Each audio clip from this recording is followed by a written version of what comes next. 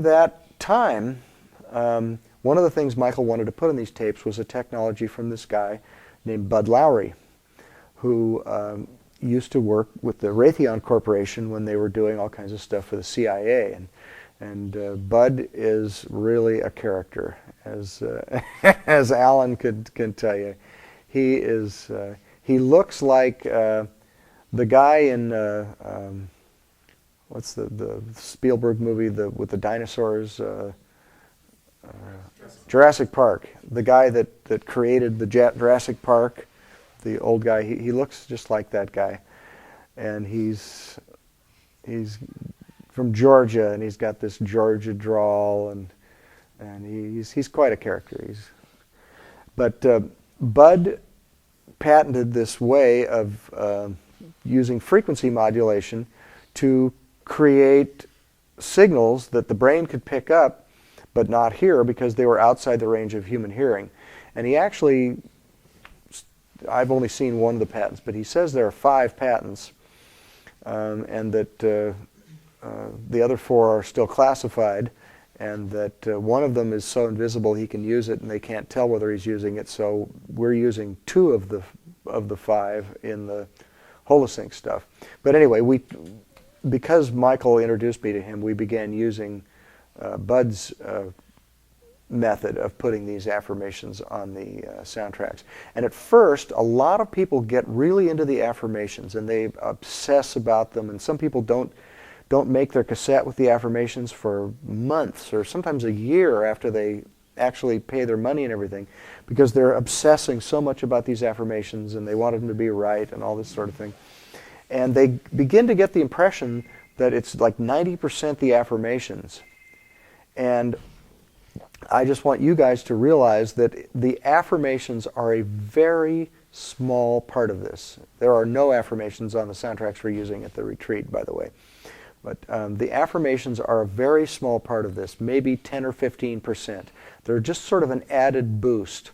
Over the 16 years I've been doing this now, one thing I've really learned is that Holosync operates at a level that is even deeper than any kind of spoken language. And it creates changes that are below the level of, of beliefs. You can change beliefs through using Bud's technology, but the stuff we're really looking for is deeper than that cognitive, verbal level.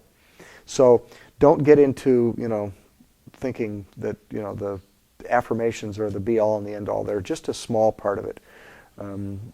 There's a place for it, certainly, and we spend so much time talking to ourselves, and much of it is negative that we picked up from parents and primary caregivers and stuff, and we just figured, hey, let's take the fact that we're in this very deep altered state an hour a day, plus if you're in the custom-made levels, a certain period of time at night while you're asleep that you're in these slower brainwave patterns, and let's put in messages that are positive and resourceful rather than negative and unresourceful, and counteract a lot of that stuff. So anyway, that's kind of what that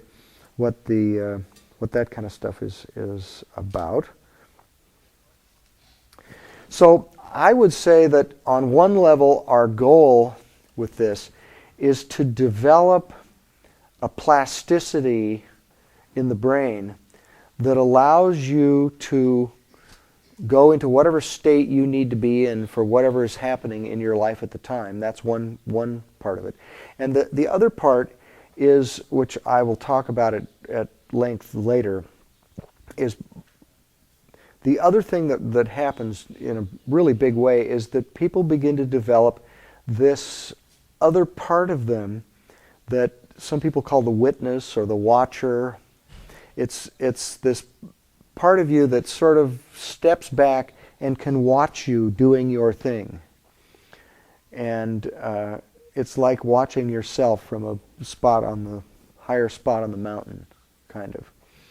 And the more you develop this witness perspective, the more a lot of stuff just drops away. And the less you get caught up in whatever the momentary suffering is that's going on for you at that time.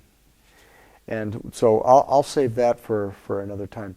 I can take a couple more questions if you want, and then we'll take a break, and then we'll have a meditation before lunch. But I wanted to just kind of present you with sort of the theoretical model of this and how it kind of ties into the scientific model. Part of my work, I guess you could say, has been, I spent many, many years studying all the Eastern stuff and getting really into that and practicing all that stuff, often many hours a day. And I could tell there was really something to it. There was something really going on. But when you read the explanations that the Eastern philosophy gives about this, it's all very beautiful and metaphorical and poetic, but it doesn't really resonate with us Western scientific types who, want to fit it into the model we have based on Western science. But I knew that if it really was doing something, there was a way to explain what was going on in scientific terms, what was going on in the brain.